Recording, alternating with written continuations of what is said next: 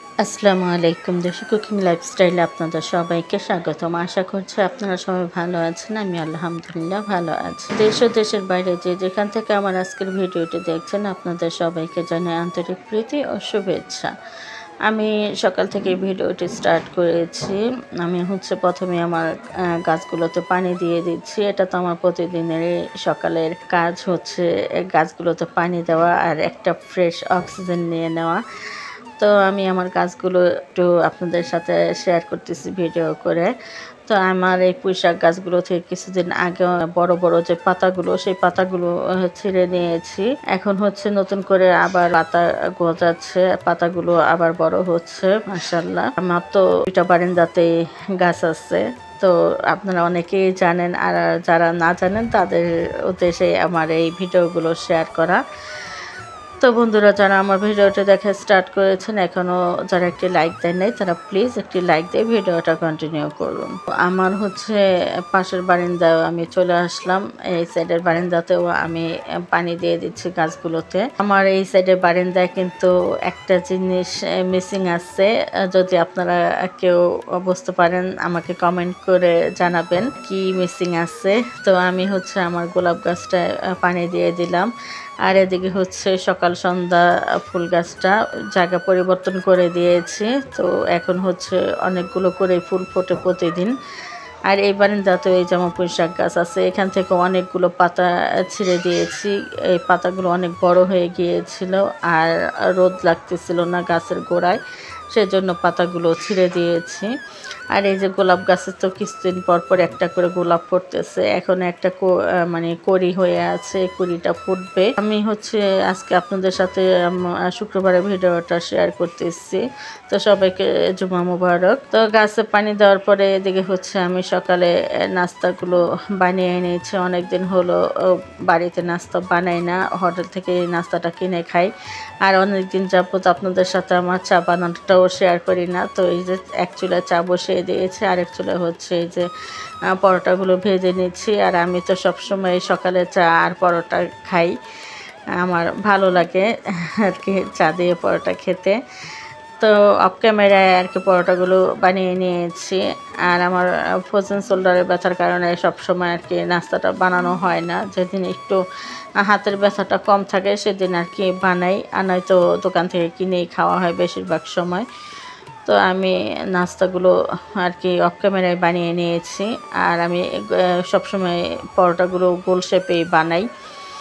তো রুটির মতোই বেলে নেই, শুধু একটু মোটা করে বানাই এই আর কি। তো আমি একে একে সবগুলো পরোটাই ভেজে নিচ্ছি।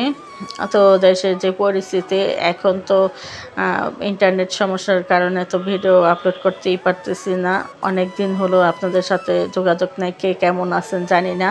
তবে সবার জন্য আমার মন থেকে আন্তরিকভাবে দোয়া করি, সবাই ভালো থাকেন, সুস্থ থাকেন, অবশ্যই নিরাপদে থাকেন। সবসময় আপনাদের জন্য দোয়া করি। ইন্টারনেটের কারণে ভিডিও আপলোড দেওয়া সম্ভব হচ্ছে না। তো এখন আমি যখন ভিডিওতে ভয়েস ওভার করছি তখনও কিন্তু ইন্টারনেট নেই। তারপরে ভয়েস ওভার করে তারপরে সব কিছু কমপ্লিট করে রাখতেছি। যখন ইন্টারনেট আসবে তখনই আর কি ভিডিওটা আপলোড করে দিব। তো তখন আপনারা আপনাদের সময় সুযোগ মতো সবাই ভিডিওটা দেখে নেবেন। কে কোথায় আছেন, কি পজিশনে আছেন জানি না। তারপরেও যখন ইন্টারনেট আসবে, যখন সবার সাথে যোগাযোগ হবে, তখন আশা করব সবাই সবার মতো ভালো আছেন। তো নাস্তা বানিয়ে তারপর অফ ক্যামেরায় নাস্তাটাও করে নিয়েছি। এখন দুপুরের রান্নাটা বসিয়ে দিচ্ছি। তো নাস্তা খাওয়ার সময় আপনাদের ভাইয়া বলল আজকে একটু গরুর মাংস রান্না করো, আর তুমি যে সাদা ঝরঝরে করে পোলাও রান্না করো সেই পোলাওটা রান্না করো। তো এটাই খাবো। তো আমিও সেই অনুযায়ী আর কি রান্নাটা করে নিয়েছি। তো গরুর মাংসটা রান্না করে নিচ্ছি হাতে মেখে। তো আমি তো সবসময় গরুর মাংসটা হাতে মেখে রান্না করার চেষ্টা করি। মাঝে মধ্যে দেখা যায় মাংসের উপরে মশলাটা দিয়ে তারপর খুঁচুন দিয়ে নেড়ে দিই। তবে হাতে মেখে গরুর মাংসটা রান্না করলেই না খেতে বেশি ভালো লাগে। তো হাতের স্পর্শেরও তো কিন্তু একটা টেস্ট আছে। তো সেজন্য আর কি হাতে মেখে আর কি মাংসটা রান্না করার চেষ্টা করি। এখন হচ্ছে মাংসতে সব কিছু সব মশলা দিয়ে দিয়েছি, হলুদ গুঁড়ো, মরিচ গুঁড়ো, ধনে গুঁড়ো, জিরে গুঁড়ো, আদা রসুন পেস্ট, গরম মশলা, তেজপাতা আর সয়াবিন তেল। এরপরে দিয়েছি স্বাদ মতো লবণ, দিয়ে তারপর হচ্ছে ভালোভাবে চটকে চটকে হাতে মেখে নিয়েছি। এরপরে হাতটা ধুয়ে সামান্য পানি দিয়ে দিলাম। তো এদিকে হচ্ছে পাশের চুলায় আমি ডিম সিদ্ধ বসিয়ে দিয়েছি। আমার হচ্ছে তো একটা আইটেম দিয়ে পোলাও খেতে ভালো লাগে না, তা আমি এই ডিমগুলো সিদ্ধ করে তারপর হচ্ছে হালকাভাবে একটু ভেজে নেব। আমার কাছে সাদা পোলাওর সাথে না এই ডিমটা খেতে ভীষণ ভালো লাগে। তো আপনারা দেখতে থাকুন, আর আশা করছি সম্পূর্ণ ভিডিওটা আপনারা আমার সাথেই থাকবেন। আর বন্ধুরা, যারা আজই প্রথম আমার ভিডিওটা দেখতেছেন, আজই প্রথম আমার চ্যানেলে ভিজিট করেছেন, চাইলে আমার চ্যানেলটি সাবস্ক্রাইব করে আমার পাশে থেকে যেতে পারেন। আমার চ্যানেলটি সাবস্ক্রাইব করে পাশে থাকা অল নোটিফিকেশনটি সিলেক্ট করে রাখবেন, তাহলে যখনই আমি নতুন ভিডিও আপলোড করব সঙ্গে সঙ্গে নোটিফিকেশন আপনাদের কাছে চলে যাবে। তখন আপনারা আপনাদের সময় সুযোগ মতো ভিডিওগুলো দেখে নিতে পারবেন। আর যারা ফেসবুক পেজ থেকে ভিডিওটি দেখছেন, চাইলে আমার পেজটি ফলো দিয়ে রাখতে পারেন। আর অলরেডি যারা এই কাজগুলো করে দিয়েছেন তাদের সবাইকে জানাই অসংখ্য ধন্যবাদ। তো আমার আজকে দেখুন বাইরে এত রোদ উঠেছে, শুক্রবার দিন। আমি কিন্তু যখন মাংসটা নাড়াচাড়া করতেছিলাম তখন কিন্তু আমি রান্নাঘরে লাইট অন করি নাই। সূর্যের আলোটা অনেক আলো আসতেছিল আমার আর কি জানালা দিয়ে, সেই সূর্যের আলোতেই আর কি রান্নাটা করলাম। এরপরে হচ্ছে আলোটা কমে গিয়েছে, তারপরে হচ্ছে লাইটটা অন করে এরপরে হচ্ছে পোলাওটা বসিয়ে দিচ্ছি। তো পোলাও বসাতে গিয়ে দেখে আমার ঘি শেষ হয়ে গেছে, অল্প একটু ঘি ছিল, ওইটাই আর কি দিয়ে দিয়েছি। আর আমার না যে পোলাওতে ঘি না দিলে পোলাওটা খেতে ভালো লাগে না। তো আমি কিভাবে সাদা ঝরঝরে করে পোলাওটা রান্না করি আজকে আপনাদের সাথে সেটাই শেয়ার করতেছি। তো প্রথমে তো আমি এখানে সয়াবিন তেল দিয়ে দিয়েছি, এরপরে দিয়ে দিয়েছি ঘি। তো এখানে খুব সম্ভবত 1.5 টেবিল চামচ ঘি হবে। তো এরপরে হচ্ছে পেঁয়াজ কুচি দিয়ে দিয়েছি, পেঁয়াজটা সামান্য একটু ভেজে নেওয়ার পরে এখানে গরম মশলা আর তেজপাতাটা দিয়ে দিয়েছি, এখানে এলাচ, দারচিনি, লবঙ্গ এগুলো দিয়ে দিয়েছি আর তেজপাতা দিয়েছি। তো পেঁয়াজটা হালকা ব্রাউন কালার করে ভেজে নেওয়ার পরে আদা রসুন পেস্টটাও দিয়ে দিলাম। তো আদা রসুনটা একটু ভেজে নেওয়ার পরে এখানে আমি সামান্য পানি দিয়ে দিয়েছি যাতে মশলাটা পুড়ে না যায়। এরপরে দিয়ে দিলাম স্বাদ মতো লবণ। তো এখন মশলাটা ভালোভাবে কষিয়ে নেব, আদা রসুনটা খুব ভালোভাবে কষিয়ে নিলাম যাতে কাঁচা গন্ধটা চলে যায়। এরপরে পরিমাণ মতো পানি দিয়ে দিচ্ছি।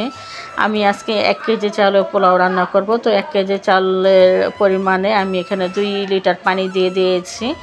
তো আমি সাধারণত এভাবে পোলাওটা রান্না করি, আর আমার পোলাওটা সবসময় খেতে ভীষণ ভালো লাগে।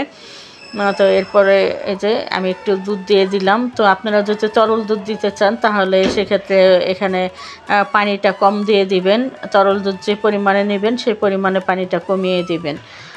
তো এইভাবে পোলাওটা রান্না করলে একদম সাদা হবে পোলাওটা, আর হচ্ছে একদম ঝরঝরে হয় পানিটা পরিমাণ মতো দিয়ে দিলে। তো এখানে কিন্তু পানিটা বলক চলে এসছে, এখন হচ্ছে আমি একটু নেড়ে চেড়ে দেওয়ার পর চালটাও দিয়ে দিচ্ছি। এখানে আমি চালটা ধুয়ে রেখে দিয়েছিলাম আর কি, পোলাও রান্না করার আধা ঘন্টা আগে আমি চালটা ধুয়ে রেখে দিয়েছিলাম।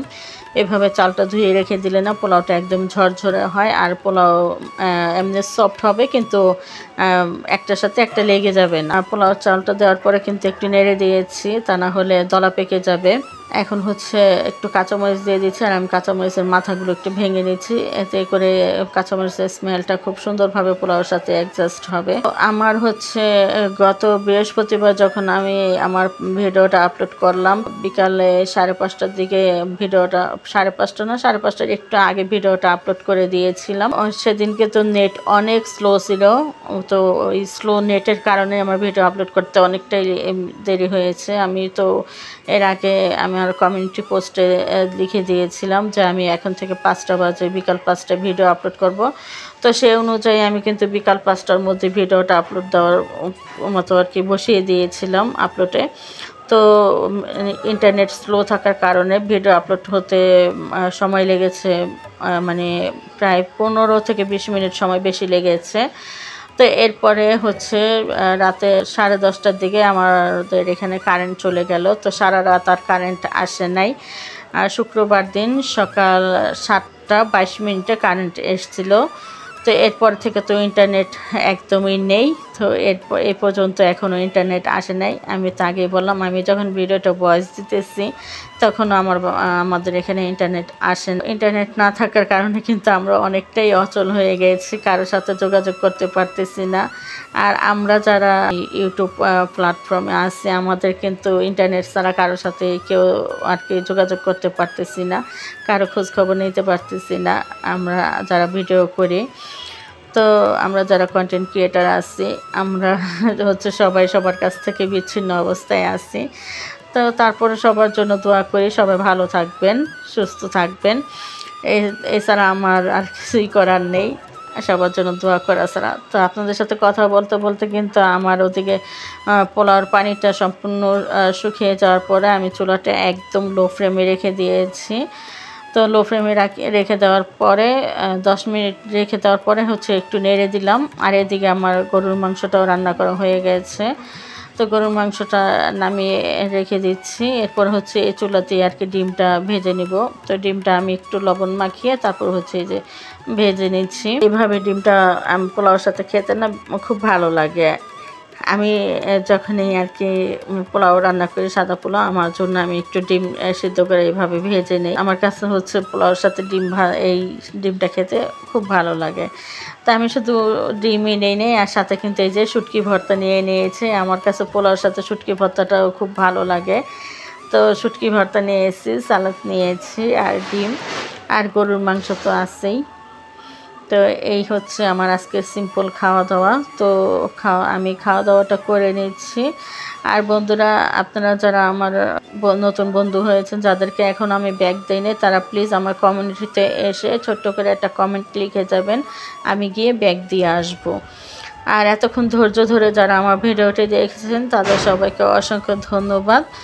আর যারা আমার চ্যানেলটি সাবস্ক্রাইব করে দিয়েছেন, তাদের সবাইকে অসংখ্য ধন্যবাদ। আর যারা এখনও সাবস্ক্রাইব করেন নাই, কয়েকটা ভিডিও দেখতে থাকুন, একসময় দেখা যায় ভালো লাগা ভালোবাসা হয়ে যাবে, তখন আমার চ্যানেলটি সাবস্ক্রাইব করে আমার পাশে থেকে যাবেন। তো আমি হচ্ছে শুটকি ভর্তা দিয়ে পোলাওটা খেয়ে নিচ্ছি। আমার তো শুটকি ভর্তা দিয়ে পোলাওটা খেতে ভীষণ ভালো লাগে। তো শুটকি ভর্তা নিয়েছি, সাথে ডিম, আর কি লাগে। আমি কিন্তু শুটকি ভর্তা দিয়ে কিন্তু পোলাওটা অনেকটা খেয়ে নিয়েছি। এরপরে হচ্ছে একটু মাংস নিয়েছি। এই যে আমার শুটকি ভর্তা দিয়ে খাওয়া হয়ে গেছে। এখন হচ্ছে আমি একটু মাংস তরকারি নিয়ে নিয়েছি। আর আমি হচ্ছে গরুর মাংস দিয়ে পোলাও খেলে না, ঝোল নেই নাই, আর শুধু একটু মাংস নিয়ে খেয়ে নেই। আমার হচ্ছে পোলাওর সাথে ঝোল খেতে ভালো লাগে না। এটা আবার অনেকে আছে ঝোল খায়, যেমন আমার ছেলে পোলাওর মধ্যে এত ঝোল নেবে, একদম বেশি করে ঝোল নিয়ে তারপরে ও খায়। তো বন্ধুরা, আজকের মতো এ পর্যন্তই। আগামী ভিডিও দেখার আমন্ত্রণ জানিয়ে আজকের মতো বিদায় নিয়ে নিয়েছি। সবাই ভালো থাকবেন, সুস্থ থাকবেন, অবশ্যই নিরাপদে থাকবেন। আল্লাহ হাফেজ।